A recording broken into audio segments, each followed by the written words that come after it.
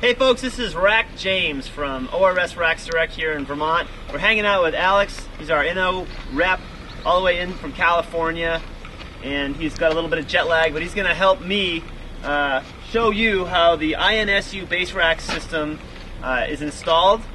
The IN-SU is a base rack for vehicles such as this Hyundai Sonata with a naked roof. So no existing side rails or factory mounting points or tracks.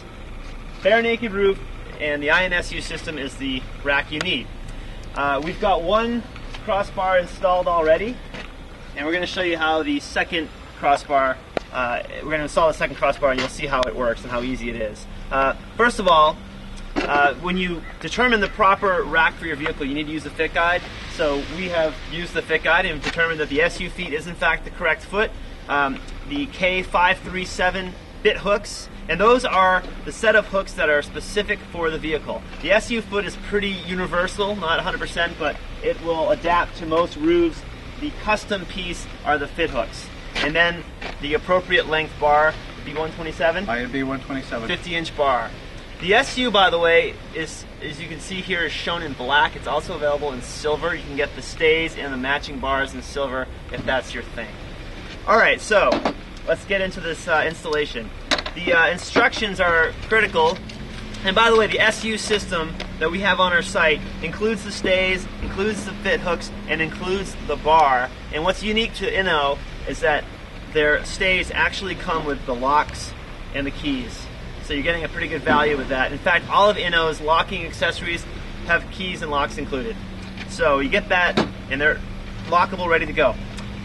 The instructions are going to tell you 4 very important measurements. And that will allow you to basically set the rack up, and you'll just drop it on the vehicle in the appropriate place. So it really takes the guesswork out of it. And as soon as this airplane flies overhead, or actually it's a UPS truck, we'll explain how easy it is to make those measurements. Okay, so with your feet comes this nice measuring tape. Thank you. And the cool thing about the measuring tape is it really makes it easy for you. It actually indicates exactly where the center point of the crossbar that you're using is. And that's the first thing to determine. And you mark that spot. So here we've got the B127s. You start with 0 at the end of the bar, and we go right to the center. It's marked right there. We make a mark, just like that. From that point, we look at our instructions, and it's going to tell us a measurement from this point to the inside stay of the stay. And then we've got, I don't know, what is it? 21.5 inches. So we take our tape, and this one should be all set to go. Yes, it is. And then to install the second foot, or any of the feet actually. Alright, here's how it comes out of the box. The bolt is actually, you can push down on it, and it's kind of a spring-loaded action, and it loosens, or I should say lowers, this little knurled cam inside of there. So when you push that down, the bar will slide right into place. And yeah, go ahead and measure that center point to where the end of the stay is going to go. 21.5 inches, I think it was. So there's our reference point. So all we got to do is just push that down, slide the stay, onto the bar, right up to that point, and then let go. And the nice thing is, because it's spring-loaded, now when we are installing, our stays aren't going to be sliding at all. It just holds it right on into place. Perfect. So right now, our stays are exactly where they need to be on the vehicle. As far as the placement on the vehicle, the measurements in the instructions, once again, are from the edge of the door. So for the first set of stays and crossbar, you measure from the edge of the door to the center of the clip. And we already have our distance from our other measurements, so this thing is all set to go. And then the second crossbar, from the edge of the rear door, and the measurement is something or other. We've already marked it though, and there it is. So that'll be the center of the second foot. And the pads that go underneath the stay actually have these little circles on them, these little divots. And the one that's right in the middle, that's where we're going to line up with our center point. So we can actually lay the pad right on the roof. And as far as where it settles sort of side to side, there is a little lip here on the roof, and the pad is contoured, and it'll just sort of settle right into place. Also, if you're not sure about where it's settling, if you look at the instructions, we show the diagram on how the foot or the pad is supposed to sit on the car. So it takes all the guesswork out of it. Couldn't be easier, even for a guy like me. So, there's the pad. Do it on the back side here. Right there. Okay. And this is just one way to do it. The pads are kind of in place. So then, again, these aren't going anywhere. Always helps to have someone like Alex around to help you out. Okay. Now, all we gotta do is install our hooks. And the hooks, again, are the custom piece. And there we go. This is gonna fit the contour of this Elantra. So we got our door open, ready to accept the clip. The other piece that's important is this locking bracket. And that's the part that's going to keep this from being stolen once you lock the locking knob in place.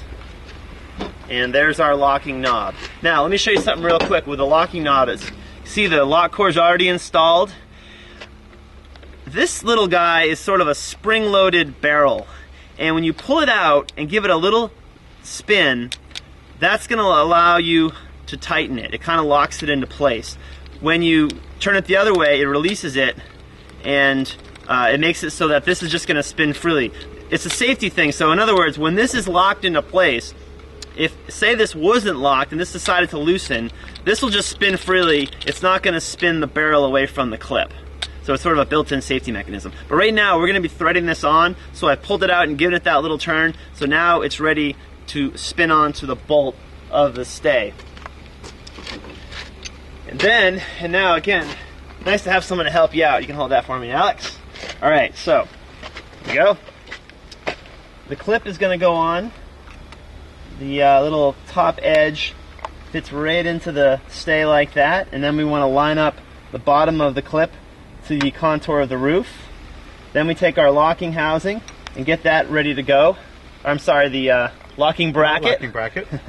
And then we've got our locking knob, which we can just put onto the bolt and start to thread it on. And again, because I pulled it out and gave it that little turn, it's engaged, so this is just going to spin, and then you start to tighten it. And you tighten and tighten and tighten until it's perfectly tight. Now, how do you know it is perfectly ready and the proper tension? Alex, please explain. Well, on the back of our stays there is a bracket, and as you tighten, the bracket will move down, and then you'll start to hear a click. Also, you want to try to balance your when you're tightening. Make sure you do one side, then go to the other side. Otherwise, you're pulling the bracket all the way off the roof. So start this side, go to the back side, which I've already done. This allows even tension as you tighten. And if you've got a buddy, then you have your buddy on one side and you're on the other side, and you kind of tighten together. And then when you're getting close, you will, I don't know, sidekick Dave, come on over here. Can you see? Or the inside of the foot, right there, there's this little plastic piece. And right now, it's probably kind of hard to see, but it's not quite, the very edge of it is not quite flush with the back of the stay. When this is properly tightened, it's going to kind of click into place, and that tab there will be flush, and that'll indicate that it is appropriately tightened. Now, the other thing, of course, once you do have it tightened appropriately, grab the system and just kind of shake it. It shouldn't move. The whole car can actually rock when it's properly tightened. So that's kind of the last thing to check, just to be safe. And when that is, you know, when the vehicle is moving, you know this is flush, then you know this thing is tight. And then the clip will just settle right against the roof. It won't interfere with the door at all. And the last thing, of course, you can push this into place and the locking mechanism will engage. Actually, I think I've got it turned the wrong way. There we go. That goes into place. That locks. Now you can't loosen that knob. And it's all installed. The end caps go on last. Little rubber end caps, of course. And it's all set. Now, of course, there's a few other things to think about. One, let's talk about the fairing. The Inno system comes with locks. It does not come with the fairing. The fairing is to catch mosquitoes and bugs in the summertime, but also to reduce the wind noise that will surely be noticeable when you put racks on a naked roof. No way around it. All right, and that's it, folks.